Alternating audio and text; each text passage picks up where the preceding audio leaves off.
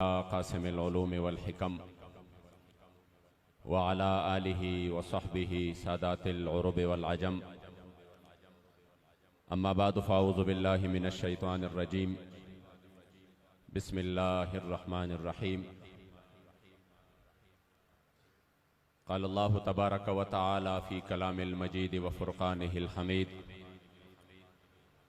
ولا تہنوا ولا تحزنوا وانتم الاعلون ان کنتم مؤمنین صدق اللہ مولانا العظیم تانا قربان یا رسول مدنی تما شقید سبحان یا رسول مدنی ستا محبت چے پکم زڑک نقش شوی نوی نشت حغی زڑک ایمان یا رسول مدنی او کہ ہزار زل ایمان روڑی خوبستال عشقہ چرے بنشی مسلمان یا رسول مدنی ستا پا کمال جمال کرم سوال چے رب رضا شی زما محمد امین ستا نعت خوان یا رسول مدنی۔ اور یہ مہینہ 11ویں شریف کا تو میں اپنے دادا حضور کی حضور غوث اعظم کی منقبت کی کچھ اشعار آپ کے سامنے پیش کروں گا تاکہ ان کے وسیلے سے قبلہ امیر المجاہدین کا جو خصوصی فیض ہے وہ ہم حاصل کر سکے۔ آپ فرماتے ہیں نامورد بغداد جیلانی غوثہ، نامورد بغداد جیلانی غوثہ پحسب نسب شریف لاسانی غوثہ او غوثیت دے مبارک شہزار زلا مخور پدر درب نورانی غوثہ کوی تاج دا غوثیت ستاپ سر لطف ہم نامدار یہ پقتب ربانی غوثہ او بحر و بر دکڑ سیراب دریاب دا فیض، بحر و بر دکڑ سیراب دریاب دا فیض تم منبعی دا کرم فیضانی غوثہ، بحر و بر دکڑ سیراب دریاب دا فیض تم منبعی دا کرم فیضانی غوثہ او دا سردار دا مدینے دا گلشن گلیے۔ قبلہ بغدادی صاحب فرماتا ہے کہ ساتھ میں کچھ تشریح بھی کرے، میرے خیال میں الفاظ انتہائی آسان ہے۔ دا سردار دا مدینے دا گلشن گلیے زلطاش ہزار زل قربانی غوثہ کہ اے غوث پاک اب میرے مصطفی کریم کی گلشن کے پھول ہو، اس لیے آپ کے خاک پا پر میں 1000 بار قربان ہو جاؤں۔ دا سردار دا مدینے دا گلشن گلیے او زلطاش ہزار زل قربانی غوثہ نو پا محمد امین نظر دا کرمو کا، پا محمد امین نظر دا کرمو کا چکوی دا حضرت ناتخوانی غوثہ غوث اعظم بمن بے سر و ساما مدد قبلہ دی مدد کعبہ ایما مدد۔ میں یہاں پر تشریف فرما جتنے بھی حضور کے غلام تحریک لبیک یا رسول اللہ صلی اللہ علیہ وآلہ وسلم کے ساتھ اس مشن کے ساتھ اس نظریے کے ساتھ وابستہ ہے، یہاں پر تشریف فرما ہے، اپنی طرف سے ہمارے قبلہ بابا جی کی نوری نظر لختی جگر حضرت قبلہ علامہ حافظ انس حسین رضوی دامت برکاتہم و فیوزاتہم علینا، ان کی طرف سے ہمارے اراکین شورا قائدین، ان کی طرف سے جتنے بھی علماء مشائخ دور نزدیک سے کثیر تعداد میں حضور کے غلام اور عشاق جو کہ تحت نظر میں دیکھ رہا ہوں وہ تشریف فرما ہے۔ اللہ کریم جل جلالہ آپ سب کا آنا یہاں پر قبول و منظور فرمائے۔ تحریک لبیک یا رسول اللہ حضور امیر المجاہدین نے رسماً کوئی جماعت نہیں بنائی، تنظیم تحریک ہم نے اپنے زندگی میں بہت زیادہ ہم نے یہ مناظر دیکھے ہیں کہ تحریمیں بنتی بھی ہے ٹوٹتی بھی ہیں، اور وہ اپنے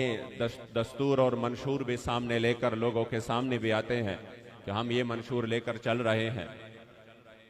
اس میں نعرے بھی ہوتے ہیں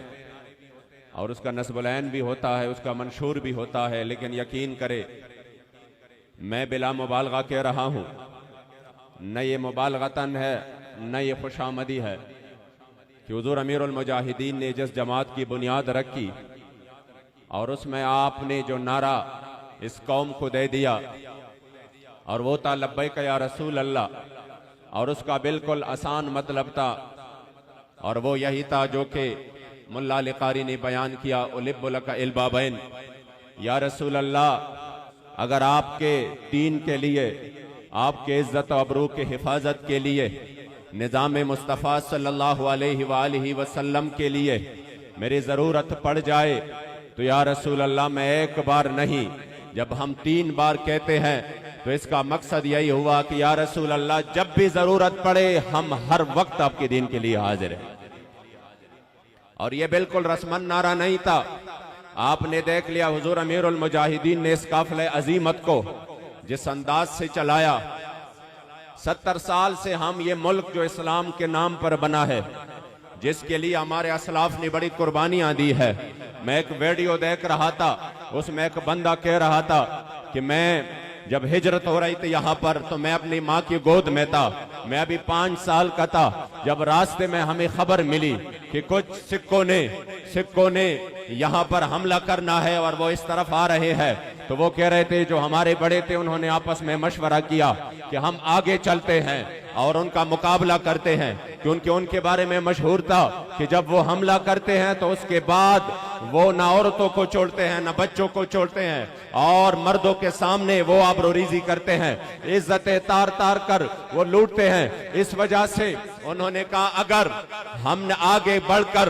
ہمیں اللہ نے کامیابی دی اور آپ نے نعرے تکبیر کے نعرے سنے تو ٹھیک ہے، ورنہ یہ جو سامنے دریا بہ رہا ہے، یہ جو بہت بڑے دریا ہے، اس میں سے آپ نے اپنے بچوں سمیت آپ نے چلانگ لگانا ہے تاکہ آپ کی عزت تو بچ جائے۔ وہ بندہ کہہ رہا تھا میں 5 سال اپنے ماں کے گود میں، اور میری ماں جو ہے وہ اس دریا کے کنارے پر وہ انتظار کر رہی تھی کہ اگر ان کو شکست ہوئی تو میں نے اپنے اس لختے جگر کے ساتھ اس پانی میں کودنا ہے۔ یہ وطن اس طرح آزاد نہیں ہوا۔ قبلہ امیر المجاہدین فرماتے تھے کہ اگر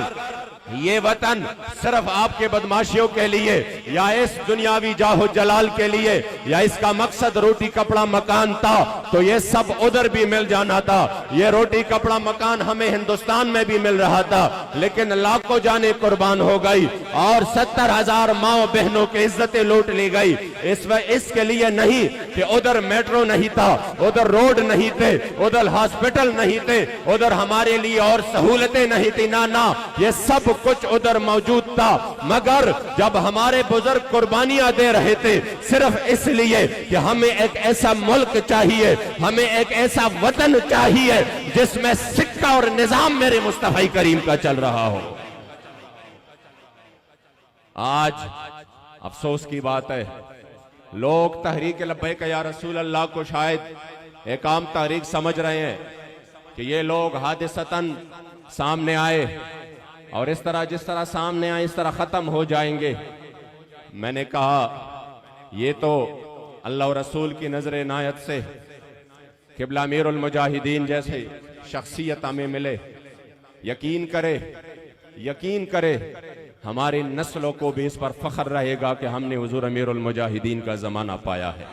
لبیک یا رسول اللہ، لبیک لبیک لبیک یا رسول اللہ، لبیک لبیک لبیک یا رسول اللہ، لبیک لبیک لبیک۔ پاکستان کا مقصد ہم بول چکے تھے، ہم 14 اگست کو بھی نکلتا تھے، جنڈا تو ساتھ تھا، لیکن ہم سمجھ رہے تھے شاید حقیقتاً ہمیں آزادی ہے۔ یہ تو قبلہ امیر المجاہدین بتا گئے کہ جس نظام کے لیے امام حسین کربلا معلی کے میدان میں گئے، جس کے لیے اپنے آپ نے سب کچھ قربان کر دیا، اور جس نظام کے لیے یہ ملک بنا، ابھی تو بہت سفر باقی ہے، ابھی تو حقیقتاً اس کو آزادی نہیں ملی، ابھی تو یہ اس نعمت کی ناشکری ہے۔ اس لیے ہم سمجھ رہے تھے شاید ہم 2 نعرے لگائے اور پھر بھی کام اتر گیا۔ ہم سمجھ رہے تھے شاید ہم 1 سال بعد میلاد کرے اور اس میں ہم نعرے لگائے تو ہم نے سنیت کی بڑی خدمت کی۔ میں خود اپنی بات بتاؤں، آپ لوگ تو عظیم ہے، خدمت کرنے والے ہیں، میں خود بتاؤں جب بھی ہم سال بعد ایک پروگرام کرتے تھے، ادھر اپنے دربار شریف میں ایک پروگرام ہوتا تھا، سال بعد ہم کرتے تھے، ہم خود اپنے ذہن اپنے طور پہ یہ سمجھ رہے ہوتے کہ نہیں ہم نے بہت بڑا کام کیا، ہم سنیت کے لیے بہت بڑا کام کر رہے ہیں، ہم اس دین کے لیے بہت بڑا کام کر رہے ہیں۔ جب سٹیج پہ آتے تھے، ہمارے تقریر میلاد میں بھی ہم میلاد مناتے تھے، اور جو ہمارے چاہنے والے ہوتے، جو سنی ہوتے، اس کے پاس جاتے تھے، لیکن 1 گھنٹہ کی تقریر پوری کی پوری میلاد پر ہوتی تھی کہ میلاد جائز ہے، ملا لکاری نے لکھا، فلاں نے لکھا، یہاں پر ہے، وہاں پر ہے، سارے تقریر اس پر ہوتی۔ اس کے بعد پھر ہم آ جاتے کہ جو ہم یا رسول اللہ کا نعرہ لگاتے ہیں، یہ بھی جائز ہے، اس کے بارے میں فلاں نے لکھا، فلاں نے لکھا، اور پھر آگے سے ہم مخالفین کو لتاڑتے۔ اس میں ہمارے سارے جو زندگی ہے وہ اس انداز سے گزر رہی تھی۔ کوئی نظام کے بارے میں کسی نے ذہن سازی نہیں کی کہ پاکستان میں اگر نظام مصطفیٰ ہو تو پھر یا رسول اللہ کا نعرہ بھی بلند ہوگا اور نظام مصطفیٰ بھی آئے گا۔ قانون میرے کریم آقا نے جس کے لیے مدینہ شریف سے نکل کر احد کے موقع پر اپنے دانت مبارک شہید کیے، وہ نظام بھی لاگو ہوگا۔ خدا کی قسم یہ مقصد سنی بھول چکے تھے، اگر اس مقصد کو سنیوں کے درمیان بلکہ پورے عالم اسلام کے درمیان پھر سے کسی نے بیدار کیا تو وہ اور کوئی نہیں تھا، وہ تھا حضور امیر المجاہدین رحمت اللہ۔ لبیک لبیک یا رسول اللہ، لبیک لبیک لبیک یا رسول اللہ، لبیک لبیک لبیک یا رسول اللہ، لبیک لبیک لبیک یا رسول اللہ۔ جدا قرآن قانون خوخ پخبل وطن کی نوی، جدا ظالم ہم شیطان نوی نو شیطان بسوی، منخلطان پاکستان غفت قرآن دا پارا چپا قرآن نوی رنا دا پاکستان بسوی، او چھ قربانی شی دا محمد مصطفیٰ پا اسلام دا محمد امین پا ذلک نور ارمان بسوی۔ انشاءاللہ تعالی باقی باتیں کل انشاءاللہ مرکزی جو نشست ہے جس میں ہمارے دلوں کی دھڑکن، قائد عظیمت، اور